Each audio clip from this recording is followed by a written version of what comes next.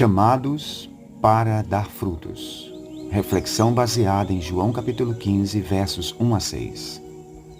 Eu sou a videira verdadeira, meu pai é o agricultor. Todo ramo que estando em mim não dá fruto, ele corta, e todo que dá fruto, ele poda, para que dê mais fruto ainda. Vocês já estão limpos pela palavra que lhes tenho falado. Permaneçam em mim, e eu permanecerei em vocês. Nenhum ramo pode dar fruto por si mesmo, se não permanecer na videira. Vocês também não podem dar frutos, se não permanecerem em mim. Eu sou a videira, vocês são os ramos. Se alguém não permanecer em mim, será como o ramo que é jogado fora e seca. Tais ramos são apanhados, lançados ao fogo e queimados. Meus irmãos, a videira é símbolo da nação de Israel, como podemos ver nas palavras do Salmo de Asaf, quando disse: do Egito trouxeste uma videira, expulsaste as nações e a plantaste. Limpaste o terreno, ela lançou raízes e encheu a terra. Salmos 80, versos 8 a 9. Ou conforme vemos nas palavras do profeta Isaías: cantarei para o meu amigo o seu cântico a respeito de sua vinha. Meu amigo tinha uma vinha na encosta de uma fértil colina. Ele cavou a terra, tirou as pedras e plantou as melhores videiras. Construiu uma torre de sentinela e fez um tanque de prensar uvas. Ele esperava que desse uvas boas, mas só deu uvas azedas. Meus irmãos, com esta metáfora em mente, e sabendo que o dia de sua partida estava chegando, Jesus dedica mais tempo a sós, na companhia dos seus discípulos, a fim de animá-los para a dura e longa jornada que eles teriam pela frente. Ao olhar para aqueles 12 homens, Jesus decide fortalecer nos seus corações 2 grandes ensinos com esta metáfora: a responsabilidade e o relacionamento.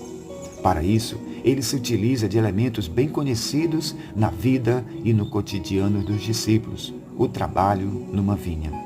Esta metáfora foi a forma encontrada por Jesus para chamar a atenção dos seus discípulos que ele e o Pai estavam plantando uma vinha neste mundo e que a partir deles muitos seriam chamados para trabalharem e darem muitos frutos. No trabalho, descobrimos quem é o dono da vinha. Meu Pai é o agricultor. Meus irmãos, quão grande responsabilidade é para cada um de nós termos o Pai Celestial como dono desta vinha. Sabemos que toda empresa, para ter sucesso, precisa ter mecanismos de averiguação, de controle e avaliações dos seus empregados. Nesta vinha espiritual não é diferente. O Pai Celestial está atento à sua vinha e aos seus trabalhadores. Nada, absolutamente nada, passa desapercebido. Em Provérbios 15, 3, nos diz que os olhos do Senhor estão em toda parte, observando atentamente os maus e os bons. Também, no Salmo 139, Davi escreveu dizendo: Senhor, Tu me sondas e me conheces. Sabes quando me assento e quando me levanto. De longe percebes os meus pensamentos. Sabes muito bem quando trabalho e quando descanso. Todos os meus caminhos são bem conhecidos.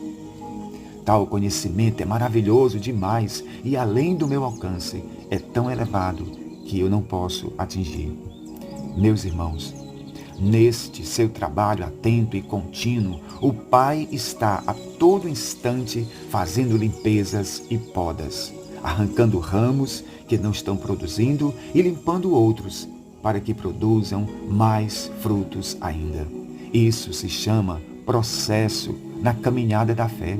A limpeza e poda que o Pai realiza muitas vezes causam dores, mas são necessárias para que seus filhos e filhas produzam frutos.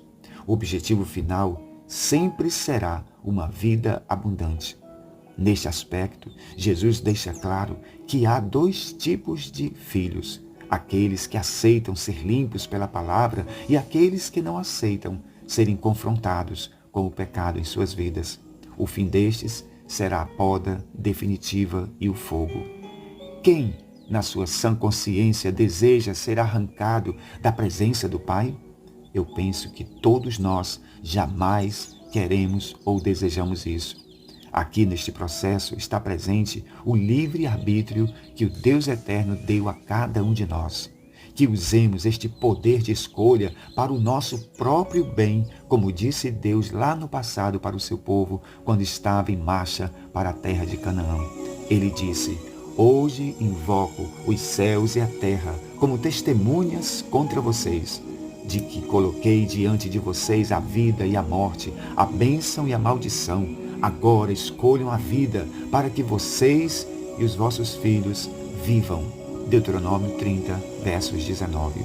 Meus irmãos, no chamado, além de descobrirmos quem é o dono da vinha, também descobrimos que precisamos ter um relacionamento diário com Jesus, que é a videira.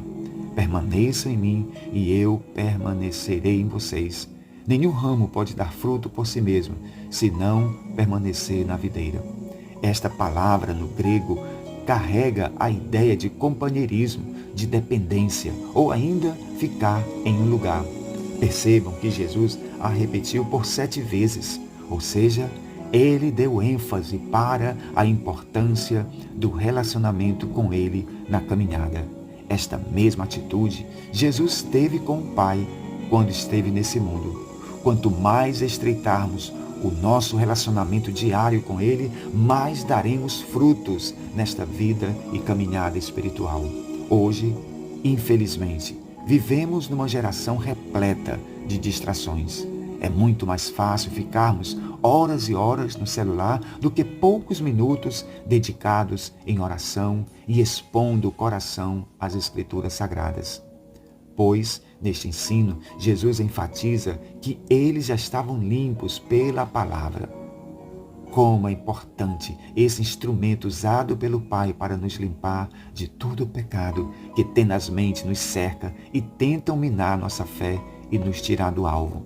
Por fim, este ensino também nos aponta 3 grandes objetivos porque o Pai deseja que sejamos frutíferos na sua vinha. Primeiro, os frutos são para a glória do Pai.